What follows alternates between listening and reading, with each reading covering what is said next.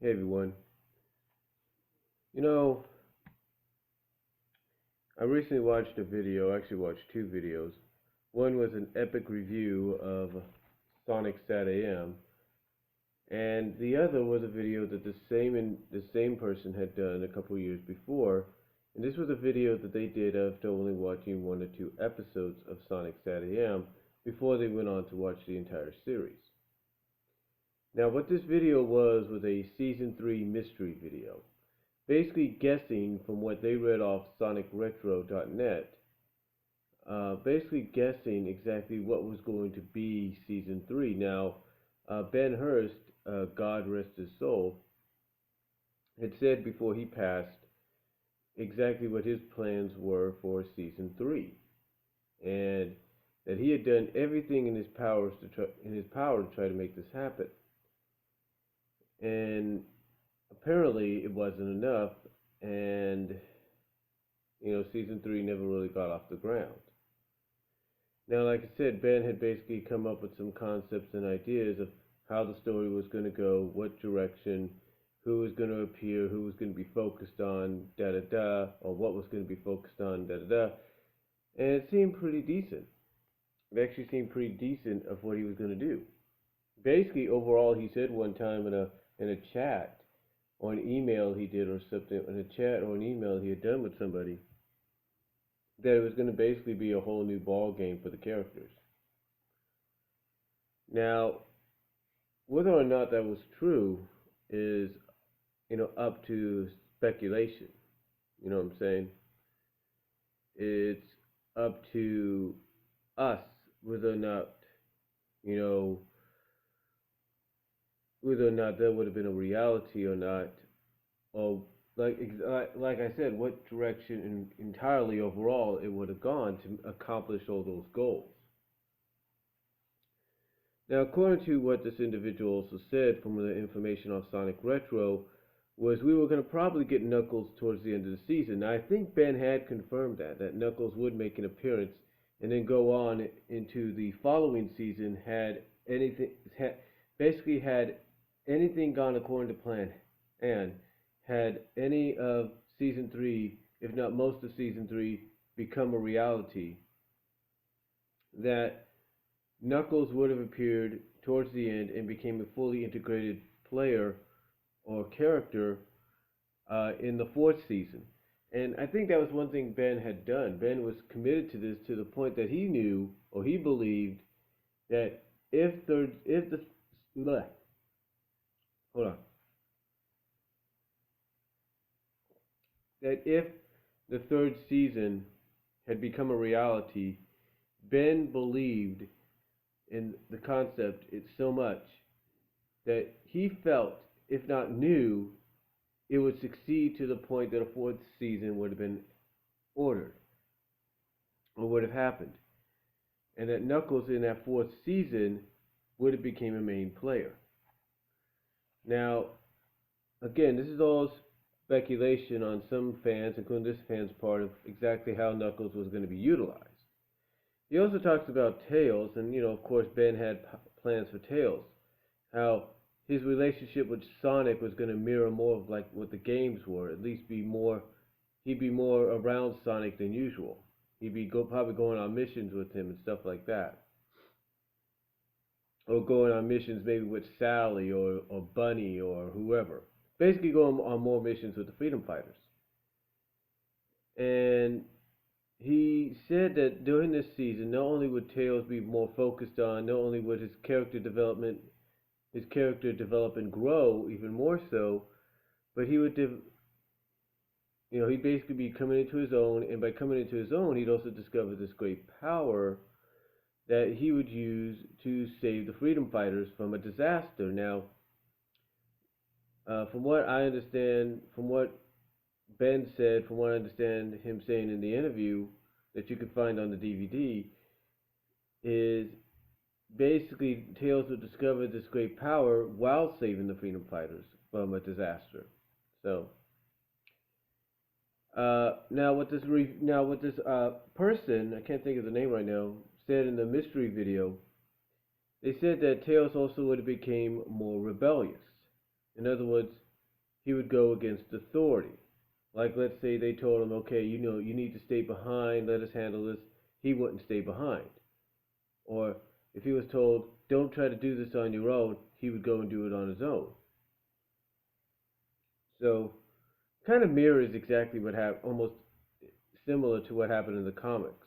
As we got into the Tales miniseries there, sort of resembles what happened, sort of resembles that in some way.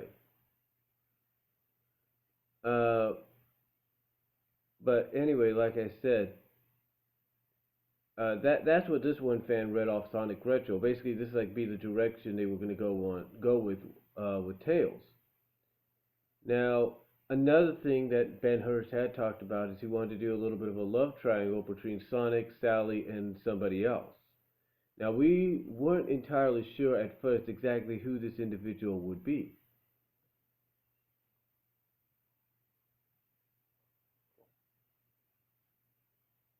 We're not entirely sure. But my speculation, in my opinion, I think one of the candidates for that rivalry towards Sonic for Sally's affections, basically for that triangle, in my opinion, you had three options. You had Ari, you possibly had the return of Griff, maybe with a new design or at least some clothing, and Antoine. Those were your three competitors. And to me, I think any one of them would have worked. Here you have Ari, for example, who now is basically living in Knothole. So there's your possibility there. He's a strong, muscular, confident guy. And like I said, here he is living in Knothole. So who wouldn't want to try to work him into an equation like that and have that work during the season?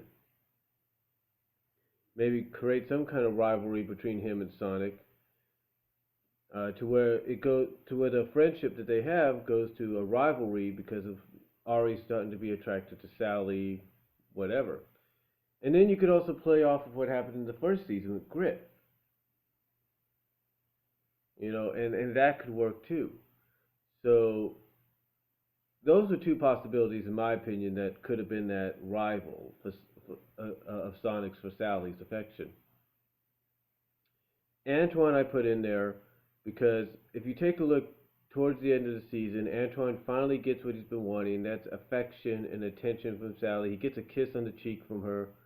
Kind of lets it go to his head, yes.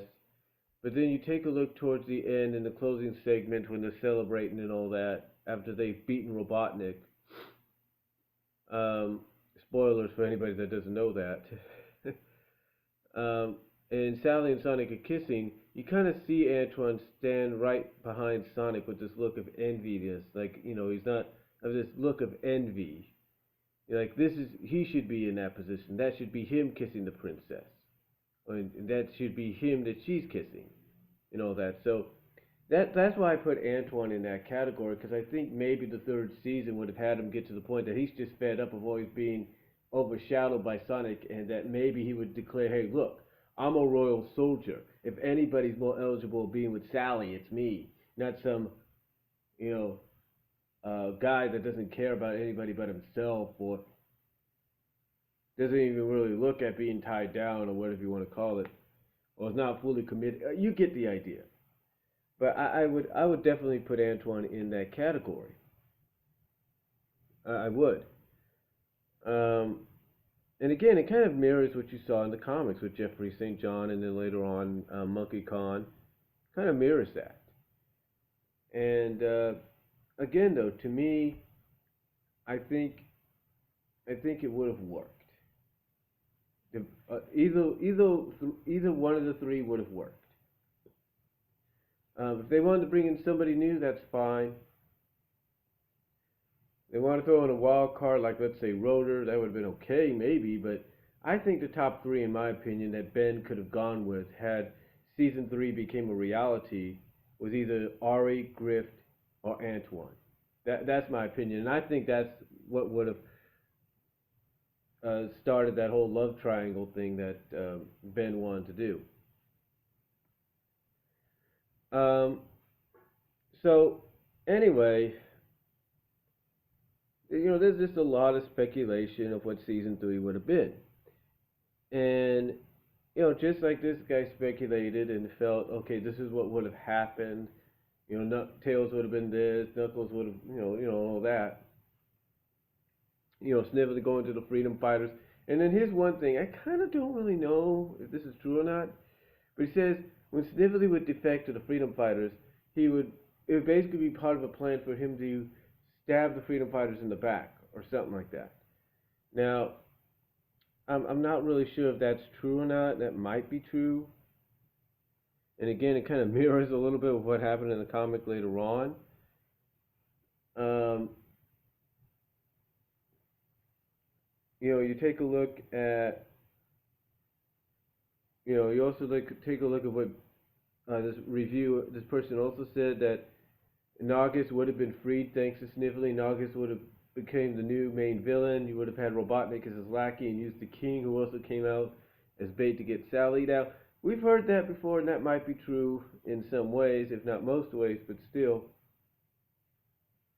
like I said, it would have been a really interesting concept depending on where he would have gone with the whole Snively to the Freedom Fighters and what would have happened after that, and the whole Naugus being the main villain with Robotnik as his lackey and King Acorn as bait. My speculation is overall, when you take a look at season three, is yeah, we would have had Knuckles appear towards the end. Um, like I said, one of the three individuals that I talked about would have been the rival of Sonic for Sally's affection. Tails, I believe, would have been more focused on, would have had more development, um, would have discovered a new power. I'm not denying that, but I don't think he would have been rebellious. If they were to do a rebellious side with him, it would have probably waited to that fourth season if that had happened. So I think they would have waited off on that till another time, another season. You know, but overall, when I look at season three, I think it just would have all resulted in maybe Robotnik coming back into power towards the end, and off to the races we go again. Maybe that's how the series would have ended. That, hey, he's back in power, and it's just like, here we go again. It'd have been just to start over again. I think I think in all honesty, Ben had a lot planned for season three. I mean, from what people discuss most of the times, it's exactly what I discussed most of the times of what season three would have been like. And overall, I think it was an interesting concept. And for anybody that wants to know, yes, there are people out there, especially at Fans United for SatAM, SatAMSonic.com, that are working on a web comic and on the side also trying to bring that web comic to animated life, and it's entitled Season, SEA3SON. Yeah, they have the numeral 3 in the middle to indicate season 3.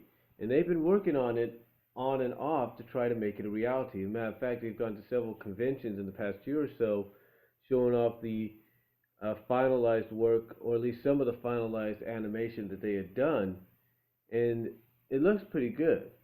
As a matter of fact, if one of the people is the animator that I saw in DeviantArt, because he does these animations with Sally and he matches Laura Blue's voice to her, or Laura Olsen Blue, it looks really good. Looks really good. It's not the best animation, but it's actually pretty decent, to the point that if you wanted to do a Flash series for season three, I think that's the direction they may go in. At least it's saying, hey, look, we're trying to make this reality. I mean, it looks like they're even going to maybe adapt the modern redesigns of the characters possibly into that as well. But again, that's just speculation. That's just speculation.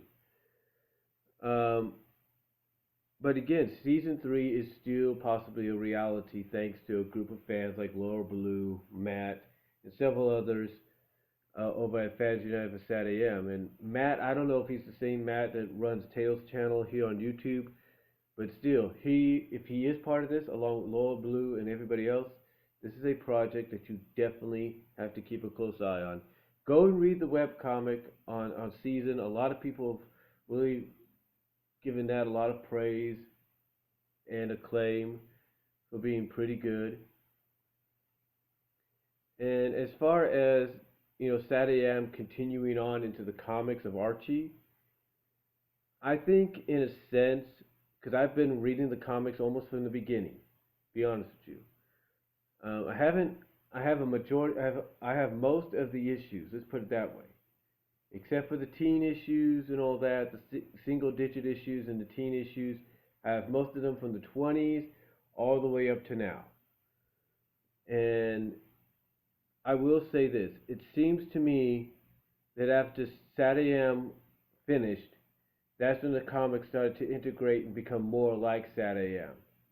Started to take on more of that SatAM style of darkness, drama, you name it. So, to me, this is exactly.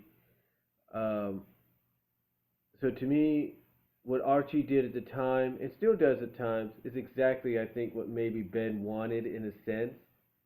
Maybe not entirely with what Ken and Carl were doing at times in the comic, but what Ian's doing, I think that's what he was looking at as possibility of something possible for season 3 and beyond. And I think some of the earlier stuff that Ken and Carl did before, as some people put it, they went off the rockers or went in another direction, was what he was hoping for as well. So overall, definitely, definitely, a huge. Definitely, I'll say this: season on its own definitely left a huge impact, if you will. Definitely left a huge impact. Sorry, I was checking something there for a moment. But like I said, definitely left a huge impact as far as guessing and speculating on what it would be. But like I said, you got all these, you got this group of fans working on season 3 in their own way, not just taking what Ben Hurst was going to plan to do and making that reality, but taking their own original ideas and stories and making those realities.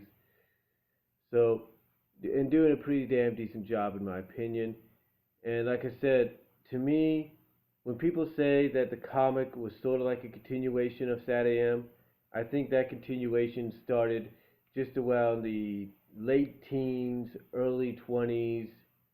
I would say basically around and after issue 25 as it really started to take off and be more SatAM like. I mean, yeah, you got some bit of a taste of it in the early teen issues, especially with the Sally back with the Princess Sally backstories or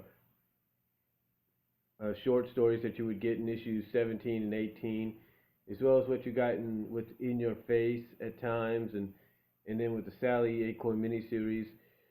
Uh, you kind of got a taste of where they were going, and you kind of knew that they were going in a SatAM direction. And like I said, this was before, as some people put it, Ken Penders and Carl Bowlers went off in another direction and basically went off the rockers. No offense to the guys, but basically went off the rockers with the stories that they were doing and the focuses they were putting on different characters and groups and all that. So overall, though, that's basically the legacy that season 3 and its mystery and the mystery of it have left behind, and the speculation that even to this day people give towards it because they kind of have an idea, but yet they don't. And there's still a lot of speculation as to who would have appeared had season 3 happened and became a success and maybe led to another season, which would have been like season 4. In fact, maybe I'm wrong about this, but I think I heard somewhere a long time ago that they were actually looking at that Ben Hurst was actually looking at not just a third season, but a possible fourth season had it all come to pass. And I think he even mentioned, again, maybe I'm wrong, but I think he even mentioned that with the fourth season, not only would Knuckles become more of a main character, as this one person was talking about, and again, maybe I'm wrong, but I think we might have finally seen a little bit of Amy Rose in there as well. But and that's the old classic Amy Rose. But again, this is all just going from what I read somewhere one time a long time ago, and maybe I read it wrong, maybe I'm wrong about it. But that's apparently what he was planning. He was actually planning even further, from what I understand, than just season three. Now, could season three still happen? Like I said, you got this group of fans that's trying to make it happen, trying to make an animated version of it happen. They're trying to do it. They're trying to do it. God be with them as they do it. God give them the motivation and the positiveness to get it done and everything. God be with them on it. And pray it becomes a success for them and for the fan base. But could it still be a reality? Oh yeah. I take a look at news that places like Netflix are bringing back cartoons like Inspector Gadget. The new rebooted Inspector Gadget that's in the UK now. They're bringing that in. They're bringing in Danger Mouse. DuckTales is going to be rebooted for Disney XD. But like I say, you take a look at places like Netflix, and they got all these new original series, all these new rebooted series that are of old 80s and 90s cartoons that are coming back in a new rebooted form for a more modern audience. And I look at something like Netflix, maybe Hulu, and I say, you know what? These would be the perfect avenues to bring season three into reality should it be done.